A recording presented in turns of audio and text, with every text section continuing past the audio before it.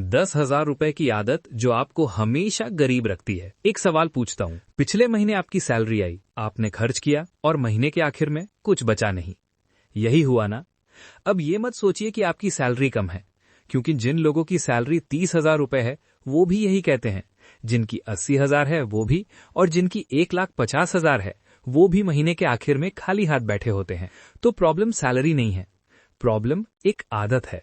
एक ऐसी आदत जो आपको हर महीने 10,000 रुपए, कभी कभी उससे भी ज्यादा, चुपचाप लूट लेती है और आपको पता भी नहीं चलता। आज हम उसी आदत की बात करेंगे।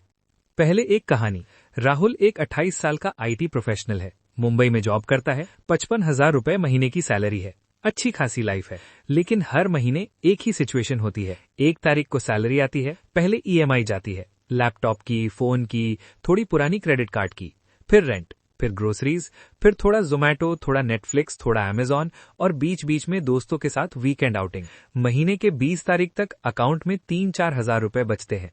राहुल सोचता है, यार खर्चे बहुत है, सैलरी बढ़ेगी तो सेविंग्स होंगी। सैलरी बढ़ी, 65,000 हो गई। फिर भी 20 तारीख को वही 3-4 हजार रुपए।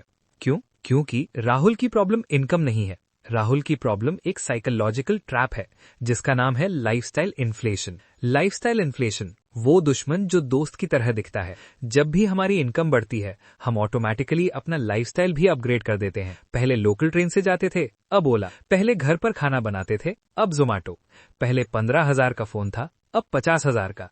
पहले एक ओटीटी सब्सक्रिप्शन था, अब 4। हर अपग्रेड अपने आप में गलत नहीं है, लेकिन जब ये अपग्रेड्स आपकी सेविंग्स से पहले आते हैं तो ये आपको फाइनेंशियली कहीं नहीं ले जाती। और यहाँ सबसे खतरनाक बात ये है, ये सब खर्चे नॉर्मल लगते हैं। जोमैटो ऑर्डर करना नॉर्मल है, नेटफ्लिक्स रखना नॉर्मल है, न्यू फोन लेना नॉर्मल है, वीकेंड पर बाहर जाना नॉर्मल है। इसीलिए हम इन्हें खर्चा नहीं मानते, हम इन्हें लाइफ मानते हैं। लेकिन फाइनेंशियली ये सब मिलकर हर महीने 8,000 से 15,000 तक चुपचाप ड्रेन हो जाते हैं। स्टेप बाय स्टेप समझते हैं कैसे काम करता है ये trap. Step 1, the invisible drain. एक काम कीजिए, अभी नहीं लेकिन आज रात अपने लास्ट 3 मंथ्स के बैंक स्टेटमेंट्स निकालिए। हर ट्रांजैक्शन को 3 कैटेगरीज में बांटिए। पहली, जरूरत, रेंट, ग्रोसरीज, बिल्स, ये बंद नहीं हो सकते। दूसरी, कंफर्ट, ओला, जोमैटो, सब्सक्रिप्शंस, ये रोक सकते हैं लेकिन रोकते नहीं। तीसरी, desire, new clothes, gadgets, dining out, impulsive shopping, ये पूरी तरह ऑप्शनल है। ज्यादातर लोग जब ये एक्सरसाइज करते हैं तो उन्हें पता चलता है कि उनकी इनकम का 25% से 40% हिस्सा कंफर्ट और डिजायर में जा रहा है, और उसमें से ज्यादातर वो खर्चे होते हैं जो उन्हें याद भी नहीं रहते। Step 2, the social pressure multiplier. Lifestyle inflation अकेले नहीं आती, उसके साथ आता है सोशल कंपैरिजन। आपके दोस्त ने नया आईफोन लिया, आपको भी लेना है। ऑफिस में सब स्टारबक्स पीते हैं, आप कैसे मना करें? इंस्टाग्राम पर सब ट्रैवल कर रहे हैं, आप बिहाइंड फील करते हो। ये प्रेशर रियल है, लेकिन इसकी कॉस्ट भी रियल है। जब हम दूसरों की लाइफस्टाइल मैच करने की कोशिश करते हैं, हम एक्चुअली उनकी फाइनेंशियल मिस्टेक्स भी कॉपी कर रहे होते हैं। और सबसे बड़ी आयरनी ये है कि वो लोग भी ब्रोक हैं, वो भी ईएमआई पर जी रहे हैं, वो भी महीने के आखिर में खाली हाथ है।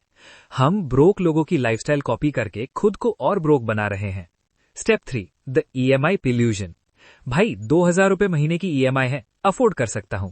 ये सेंटेंस हमने बहुत बार सुना है, शायद खुद भी बोला है। लेकिन जब आपके पास 5-6 ईएमआईज एक साथ चल रही होती हैं, 2,000, 3,000, 1,500, 4,000, तो टोटल मिलाइए 10,000 से 12,000 रुपए हर महीने सिर्फ ईएमआईज। और ये सब उन चीजों की ईएमआई है जो आपने 6 महीने पहले खरीदी थी, जो आज शायद आपको उतनी एक्साइटिंग भी नहीं लगती। ईएमआई एक टाइम मशीन है जो आपकी फ्यूचर इनकम को आज स्पेंड करवा देती है। रियल वर्ल्ड एग्जाम्पल, नंबर से समझते हैं। मान लीजिए राहुल और प्रिया दोनों की सैलरी 50,000 रुपए है।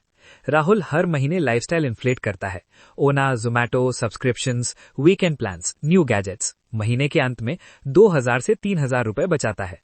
प्रिया थोड़ी अलग सोचती है, पहले 10,000 सेविंग्स निकालती है, बाकी 40,000 में जीती है। कंफर्ट है, बस इम्पल्सिव नहीं।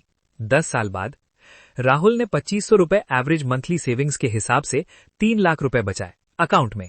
प्रिया ने 10,000 रुपए मंथली और उसे एक सिंपल एसआईपी में लगाया। 10 साल में 12% एवरेज रिटर्न पर उसके पास 23 लाख रुपए से ज्यादा है। Same salary, same city, same time, सिर्फ एक आदत का फर्क। द बिग ट्विस्ट जो कोई नहीं बताता। अब तक आप सोच रहे होंगे कि ठीक है, खर्चे कम करो, सेविंग्स करो, यही तो बताना था। नहीं, असली ट्विस्ट अभी आएगा। प्रॉब्लम सिर्फ ये नहीं है कि आप पैसे बचा नहीं रहे। प्रॉब्लम ये है कि जो पैसे आप लाइफस्टाइल पर खर्च कर रहे हैं वो आपके लिए कभी काम नहीं करते। जब आप 50,000 रुपए का फोन लेते हैं, वो फोन डेप्रिशिएट 2 साल में उसकी वैल्यू 15,000 हो जाती है। जब आप जोमैटो पर 500 रुपए खर्च करते हैं, वो खाना खाया, खत्म। जब आप 3,000 रुपए की Netflix, Prime, Hotstar, Sony LIV subscribe करते हैं, वो एंटरटेनमेंट थी, कोई रिटर्न नहीं। लेकिन वही 10,000 रुपए आप किसी असेट में लगाते हैं, चाहे म्यूचुअल फंड हो, इंडेक्स फंड हो या कोई स्किल, वो पैसा आपके लिए काम करता है। रिच लोग और पुअर लोग में फंडामेंटली एक ही फर्क है। पुअर लोग पैसे के लिए काम करते हैं, रिच लोग पैसे को अपने लिए काम करवाते हैं, और लाइफस्टाइल इन्फ्लेशन आपको हमेशा पहली कैटेगरी में रखती है। तो अब क्या करें? 3 सिंपल चीजें आज से। पहली, पे योरसेल्फ फर्स्ट। सैलरी आते ही पहले सेविंग्स निकालो, चाहे 2,000 हो चाहे 10,000, पहले, बाकी पर जियो। दूसरी, सब्सक्रिप्शंस ऑडिट करो। आज रात अपने सारे सब्सक्रिप्शंस लिस्ट करो, जो पिछले महीने एक बार भी यूज नहीं किए, बंद करो। यही 1,000-2,000 रुपए बचा सकता है। तीसरी, 24 आवर रूल। कोई भी 2,000 रुपए से ऊपर का इम्पल्सिव परचेज 24 आवर रुको। अगले दिन भी लेना चाहते हो तब लो, 80% बार आप नहीं लेंगे। आखिरी बात, एक पुरानी कहावत है, it's not how much you earn, it's how much you keep. आप कितना कमाते हो ये मैटर करता है, लेकिन उससे ज्यादा मैटर करता है आप कितना रखते हो, और आप जो रखते हो उसे कहाँ लगाते हो। राहुल की स्टोरी आपकी स्टोरी नहीं बननी चाहिए। नेक्स्ट मंथ जब सैलरी आए, एक काम करना, एक नंबर डिसाइड करना, वो पहले निकालना, बाकी सब बाद में। बस इतना, क्योंकि फाइनेंशियल फ्रीडम कोई बड़ा सीक्रेट नहीं है। ये एक सिंपल डिसीजन है जो आप हर महीने की 1 तारीख को लेते हो। आज से लेना शुरू करो।